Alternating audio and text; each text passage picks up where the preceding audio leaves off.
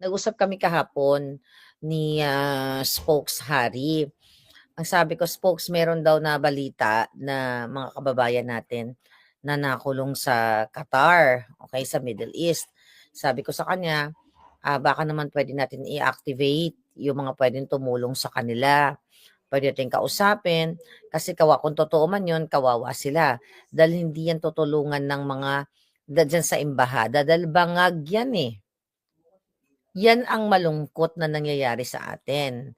So, I hope yung mga nasa embahada diyan sa Middle East ng Pilipinas ay gawin nila yung tama. Kasi tandaan ninyo kaya sila kung hindi ko pa alam which is kung verified yan ang information. Kasi hindi pa ako nakatingin palangga, ng you know, hindi pa ako naka-review ng mga balita talaga. Dahil nga busy ako dito. Let's say for example kung totoo yan na may 17 persons o people na nakulong diyan, yung embahada dapat yan asistehin. Pero we are trying our best na mag-connect sa mga tamang tao na maalalayan sila, na matulungan sila. So pinag-usapan namin yan kahapon. So yun palangga at, 'wag kayong mag-alala dahil kung ano man, pinarating na natin 'yan. Kung may mga ganyan mga pangyayari, hindi naman natin sila pababayaan. Ay katulad niyan, may mga iba-ibang lumalabas. Hindi natin alam kung sila ba'y dinampot related sa rally, o kung sila ba'y undocumented, o sila ba'y But anyway, kung ano man 'yon, kung 'yun ay related sa rally o kung saan man, dapat tulungan 'yan ng DFA. Kailangan tulungan 'yan ng ating gobyerno. Kaso lang bangag yung gobyerno kaya natatakot tayo na mapahamak yung ating mga kababayan. Okay. Kasi nagba-viral yung video namin na nagyakapan kami ni Maris. Hindi naman ako tao na porket, na nakita natin may mga ginagawa, pagdating dun ibo-boldyakin mo, mumurahin. Hindi gano'n. Ay, ayun. Hindi hindi gano'n yun mga palangga. Hindi kayo nagalit. Okay, good. Ako kasi, yung pinakita ko sincere yon.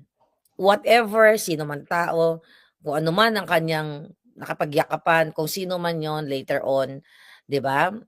Hindi ko na problema kung paano yung feeling niya o ano yung nararamdaman niya. Pero ako sincere yon. Why? Gusto ko sabihin sa inyo kasi yung video hindi ko naman alam kung ano talaga nag-transpire dun. Nakita ko kasi si Maris. Talagang yung mga kababayan natin talagang very emotional. No, 'pag nakita si Maris umali talagang nagsasalita sila ng ganito, fake news ka, biased ka, ganyan, ganyan with ED. 'Di ba, with ED, Ito naman 'tong isang-isa, yung Hernandez, Hindi ko pa kasi nakatapat kaya malaman natin kung anong reaksyon nito ni Hernandez. Pero I will talk about Maris, okay. Ako yung unang nag-approach sa kanya. Kasi nananalaytay sa alindog bilang isang Pilipino, kababayan kasi natin yun, nararamdaman ko yung pain. Imagine mo kung ako yun 'no, palangga, ta's napapalibutan ako ng mga, galit sa'kin. Alam ko nararamdaman ko yung pain sa kanya na kasi nagsusumbong yung mga kababayan, "Ay Marika, andiyan yung yung mga biased media." Naiintindihan ko yun. So, bilang isang tao kasi nakita ko siya, alam ko hindi siya mag-a-approach sa'kin dahil hindi rin niya alam kung ano yung magiging reaction ko, 'di ba? Kasi alam niyo naman ngangabes ko.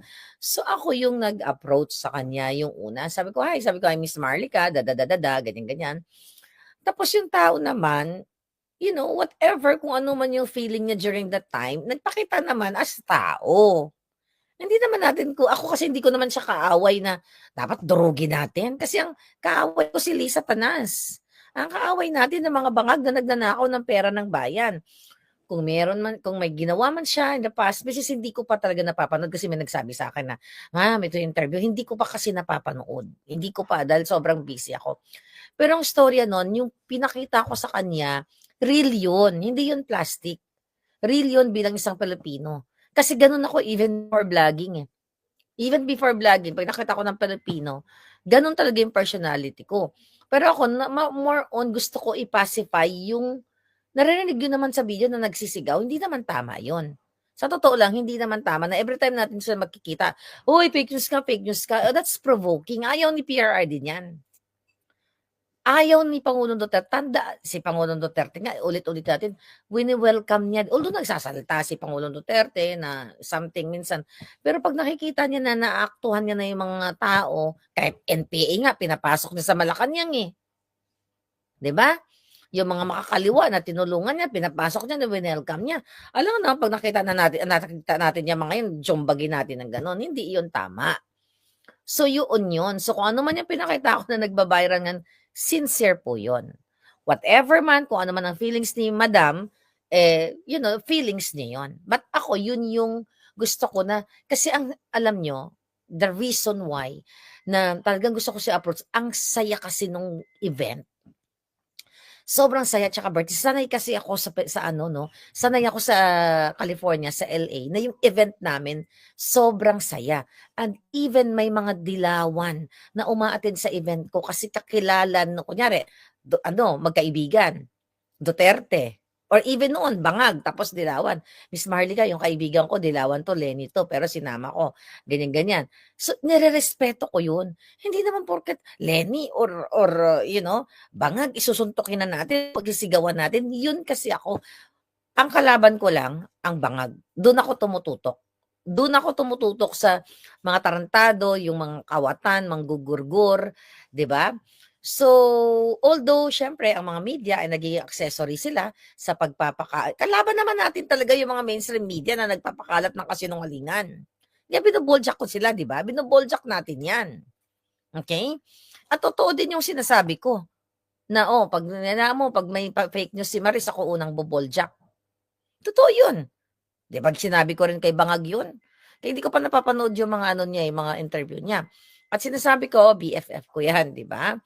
Well, that's a no, I think para sa akin, it's a gesture of being tao, being Pilipino, 'yun lang yung sa akin. At sanay naman kasi ako sa gano'ng mga linyahan na pananalita, 'di ba?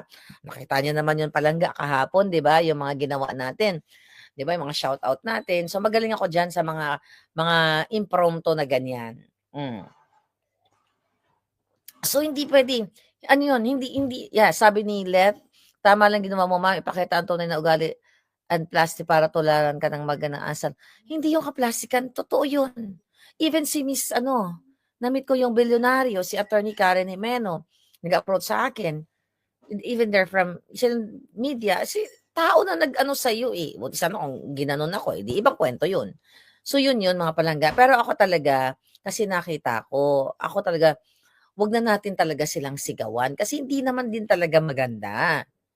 Hindi maganda na sisigawan natin sila, babantayan lang natin sila. Bantayan natin yung kanilang mga reporting at tama din na nagvo-voice out tayo. Nagvo-voice out. Para ako talaga hindi lang ako, alam niyo kahit ako'y bungangera dito, botangera, lahat na, daldalera, hindi ko kayang mang-api ng kapwa harap-harapan. Nakita niyo? Akala niyo puwede na akong gumurgur ng tao, hindi ko kaya yon kahit na sabihin pang may ginawa sila in the past na ganito, na ganyan, hindi ko yun kaya na magsigaw-sigaw ako.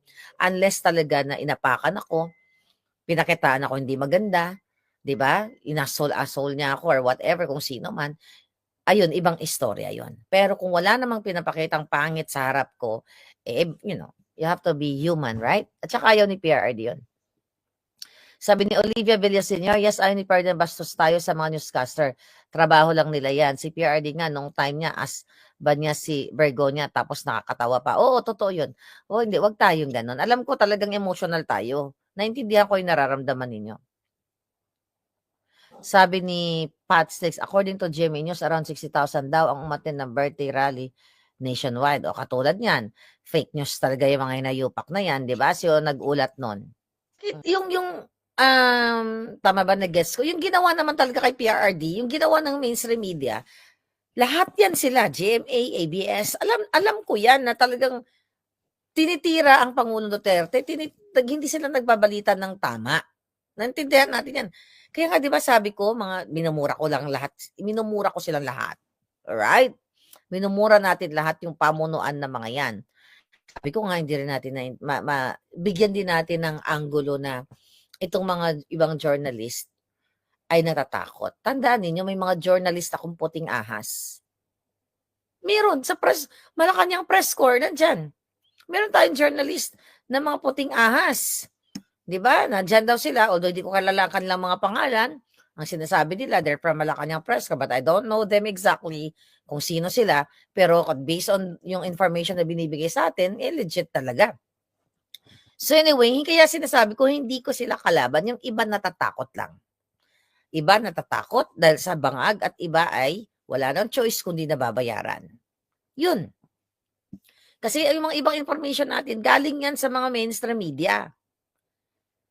'Di ba? Galing yan sa kanila na hindi sila hindi rin sila makaporma sa kanilang mga kumpanya, baka gurgurin sila or whatever. 'Di ba? So, katulad natin, katulad ninyo, ginigipit sila. Katulad ko, 'di ba?